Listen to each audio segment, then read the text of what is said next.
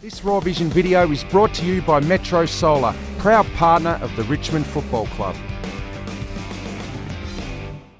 G'day Tiger fans, welcome to Raw Vision, brought to you by Metro Solar, and a special treat today. I'm joined by Tony Hardy, who has helped write a new book on Richmond's rich history. It's called 130 Years, the Archive Collection. It is out now, so make sure you get a copy of that. It's great to have you here, Tony, and must have been a real thrill and an honour to be able to be involved in the writing of a book that's such a comprehensive look at our history. Yeah, thanks for having me, Richard. It was a real pleasure. I got involved with the Jackdaw book, and that got me into this situation. So, having been for Richmond since 1977, it was supposed to be a job for me because I'm a writer, but really it wasn't a job at all because I get to go back to the early days when we played against Port Melbourne and North Melbourne in the VFA, and all the Blues and umpires having to leave the ground and bottles being thrown right through the 20th century through to the 80s and the good years and your years, Richo, and then now to the present. So it's all included. It's really quite impressive. Everything's there.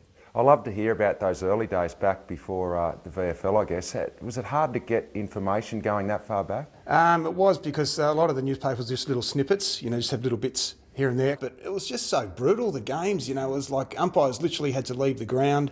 So there's all these fantastic stories from back then, like we'd have to leave the ground because the rocks were being thrown at our heads down at Port Melbourne. So Port Melbourne and the Shinboners were our real enemies back in those days. It's really funny times as viewed from back here when we're all comfortable in reading this book. Fascinating times back then. But tell us about your history as a Richmond fan. You mentioned you started barracking for the Tigers in 1977. Not a bad time to start supporting the club. They were a powerhouse. No, and I reckon that's because my old man barracked for them. It was one of those stages. I reckon there's a lot of blokes like me in their early mid-40s who are Richmond people, as you know, because of that era when they're kids, and Richmond are winning everything, and it was the era of KB and Brian the Wild Roberts, and it was the glory years for us. But we had lean years, as everyone knows, in the 80s, and as the book goes through, you've got to go through the lean years to really celebrate the glory years properly.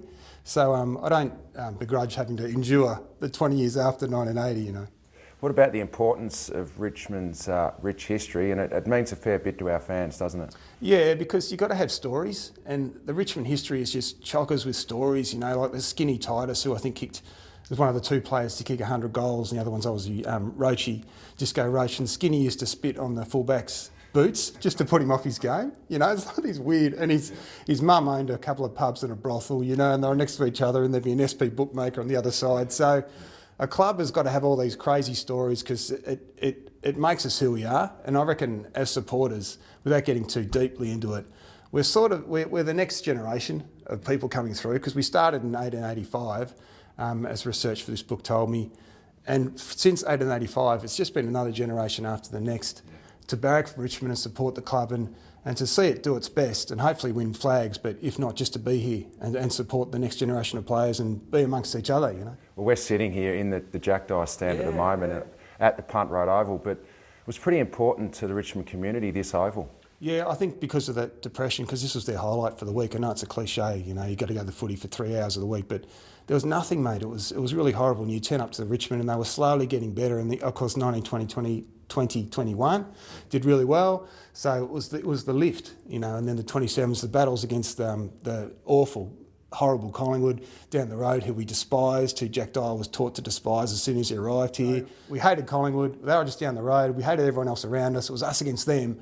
And this is what created Richmond that still survives today. And, growing Richmond, that sort of attitude, T-shirt Tommy Hafey, it just filters right through. It comes through now even. What about from about 1960, 66, we got a lot of good young players coming in. We had a real period of dominance, obviously, with those 4 premierships. You would have talked a lot about that in the book. Yeah, in the book, each premiership has its own little section, as well as other sections. But that was our glory years. And it was all because of the recruiting of Graham Richmond and Ocker Wilson came a bit later, but it was also because of guys like Les Flintoff and Jackdaw as well. And they turn up to people's houses like Graham Richmond's farm out in the bush, with a bag full of cash, and just sort of convince the mum and the dad that it's safe to come to Tigerland again. And it was great timing for T-shirt Tommy Hafey, and he helped the club with his ruthless approach and his fitness. Because I remember KB was here and T-shirt Tommy started coaching, and KB said that Tommy, they did 2 laps at a tan as a pre-season trial, and Tommy lapped some blokes. Tommy's the coach, and he beat other blokes around for that first lap. So he's your coach. So he demanded excellence. But yeah, so those 4 premierships, 67, 69, 73, 74, T-shirt Tommy. Mate, the club's changed a lot over the years. It's a fully professional game now, and I guess you got to see the full range of that in the research for this book. Yeah, it has. But, you know, Richard, essentially we're still the same club. I think we're still the same people. I think we're all a bit odd.